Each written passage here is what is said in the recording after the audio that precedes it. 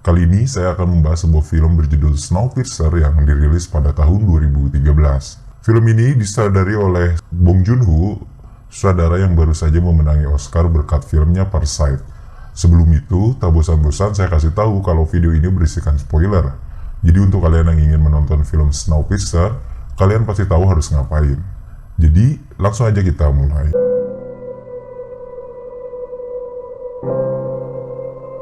Film ini bercerita di mana manusia sudah hampir semuanya punah.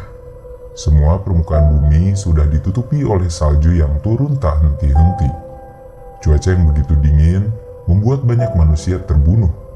Hanya ada sebagian manusia yang selamat, yaitu manusia yang menaiki bahtera yang kali ini bukan berbentuk perahu, tapi bahtera berbentuk kereta, di mana kereta itu sudah berjalan tak henti-henti selama 17 tahun lamanya, semenjak bumi tak bisa lagi dihuni. Film ini bercerita melalui kacamata kelompok manusia yang tinggal di gerbong paling belakang, di mana gerbong inilah yang diisi oleh rakyat biasa. Mereka setiap hari hanya memakan makanan yang sama sekali tak enak rasanya, tapi itu satu-satunya cara mereka agar bertahan hidup. Kehidupan mereka begitu menderita, dengan tempat tidur yang bertumpuk-tumpuk serta perlakuan petugas yang begitu otoriter mereka terima. Bahtera yang berbentuk kereta ini dimiliki oleh Mr. Wilford, yang sekaligus merupakan masinis dari kereta ini. Orang-orang yang diam di gerbong paling belakang ini belum pernah sekalipun bertemu dengan Mr. Wilford, karena mereka memang tak diizinkan untuk berpindah ke gerbong depan. Di gerbong paling belakang ini pun ada seorang yang bernama Curtis, yang menjadi ketua dari kelompok itu. Dan ada juga Gilliam, yang merupakan sesepuh dan sudah dianggap sebagai ayah sendiri oleh Curtis. Mereka semua memang sedang merencanakan sebuah revolusi, di mana mereka akan berontak dan berpindah menuju gerbong terdepan. Curtis dan Gilliam pun memang sudah mengatur formasi sampai ke hal paling detail untuk nanti melakukan revolusi. Yang pertama, mereka semua harus melewati sekitar 3 gerbong, dan di sana mereka harus mencari seorang pria Jepang bernama Namgong yang dipenjara. Namgong adalah seseorang yang bisa membuka pintu gerbong selanjutnya. Tanpa Namgong, usaha orang-orang ini akan sia-sia. Suatu ketika ada seorang wanita suruhan Mr. Wilford datang ke gerbong belakang untuk membawa seorang anak kecil dengan tinggi dan besar yang sudah ditentukan oleh Mr. Wilford. Jelas saja hal itu sontak membuat Curtis semakin ingin melakukan revolusi.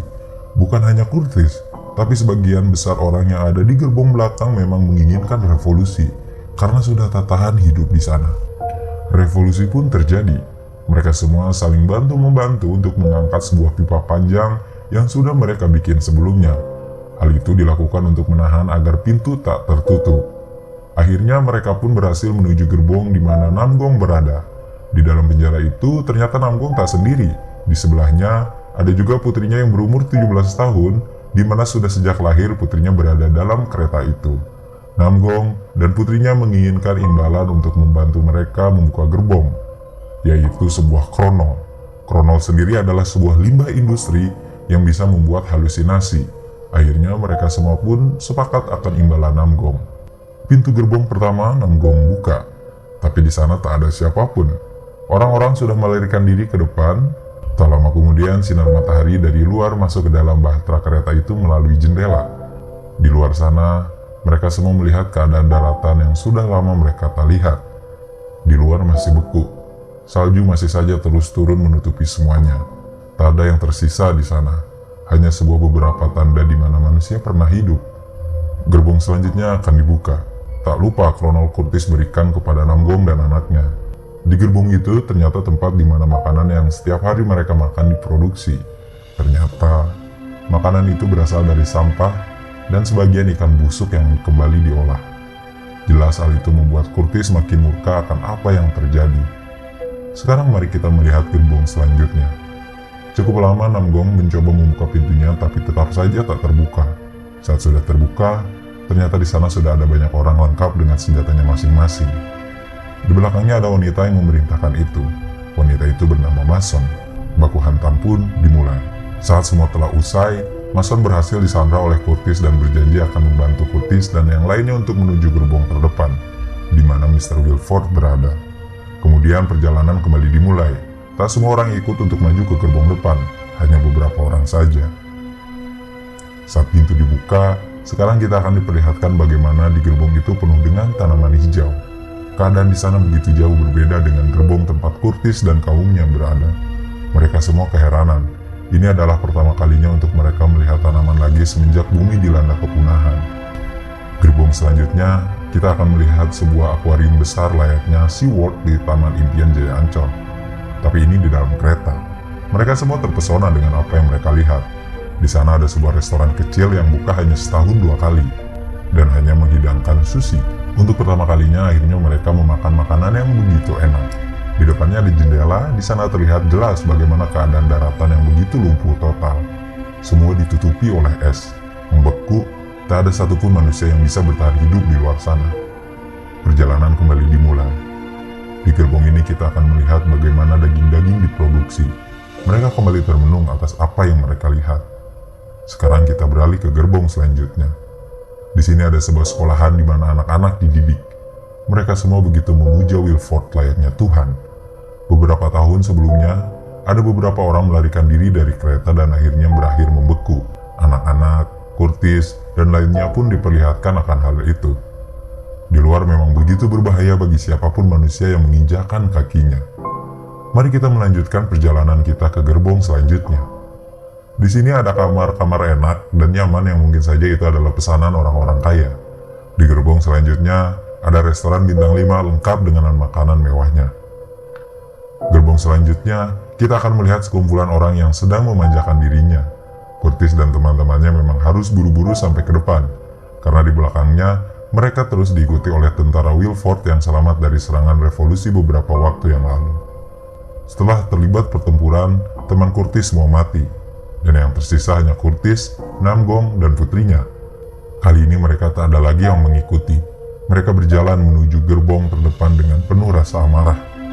Gerbong selanjutnya, kita akan melihat isinya yang merupakan sebuah klub malam dan penuh dengan orang-orang yang sedang berpesta. Setelah melakukan revolusi yang melelahkan, juga perjalanan dari satu gerbong ke gerbong yang lainnya, Curtis dan Namgong serta putrinya pun sampai ke gerbong tempat mesin kereta itu berada. Hanya satu pintu lagi yang harus dibuka untuk bertemu dengan pemilik bahtera kereta ini, yaitu Mr. Wilford. Tapi Namgong tak mau membuka pintu itu. Namgong malah ingin membuka pintu menuju keluar kereta, dan jelas saja Curtis tak mau. Namgong yakin betul kalau salju di luar sudah semakin meleleh, karena ia melihat sebelumnya bangkai pesawat semakin terlihat di jembatan. Karena beberapa tahun sebelumnya pesawat itu nyaris tak terlihat sama sekali karena tertutup salju. Saat Namgong hendak meledakkan pintu keluar, seorang wanita datang dari ruangan Wilford dan menembak Namgong. Kemudian wanita itu mempersilahkan Curtis masuk ke dalam untuk bertemu Mr. Wilford. Dan inilah gerbong terdepan dari bahtera kereta ini, di mana kereta ini dikendalikan oleh seseorang yang berambisi besar bernama Mr. Wilford. Di sana Curtis ngobrol bareng Wilford. Tak disangka Wilford akhirnya menjelaskan semuanya. Revolusi yang memang dilakukan oleh Curtis dan kaumnya itu adalah rencana Mr. Wilford bersama temannya yang berada di gerbong paling belakang yang hidup bersama Curtis, yaitu Gilliam. Selama ini Gilliam dan Wilford saling bekerja sama untuk menjaga kestabilan kereta. Curtis pun memang diharapkan agar bisa menjadi penerus Wilford untuk terus membuat kereta ini berjalan, tapi sayang, Curtis tak menginginkan hal itu.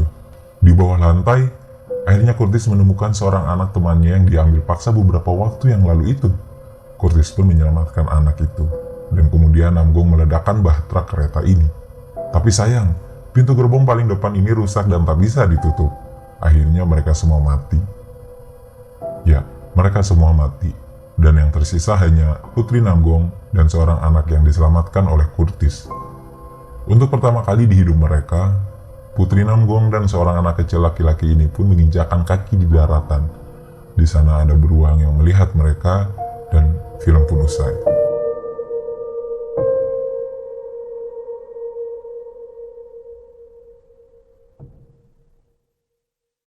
Sebenarnya endingnya agak bikin bete juga ya, karena gak ngejelasin apa-apa. Atau mungkin beruang itu bisa jadi suatu simbol yang harus dipecahkan. Yang saya pikirin sih ada dua kemungkinan, antara beruang itu simbol kalau makhluk hidup sudah bisa menjalankan kehidupan lagi di bumi karena salju mulai menipis dan cuaca sudah tak begitu dingin, Atau mungkin juga beruang ini malah merupakan simbol di mana Putri Namgong dan anak kecil ini bakal dimakan hidup-hidup. Lalu kemudian hal itu membuat keseluruhan manusia sudah tak ada yang tersisa satupun di muka bumi. Nah, itu dia keseluruhan alur cerita film Snowpiercer. Film yang menceritakan sebuah bahtera kereta yang menyelamatkan manusia di akhir masa kepunahan manusia karena salju yang turun tak henti-henti. Untuk kalian yang memang ingin request film untuk dibahas, komen aja di kolom komentar. Juga yang punya kritik dan saran, jangan sungkan-sungkan untuk komen juga.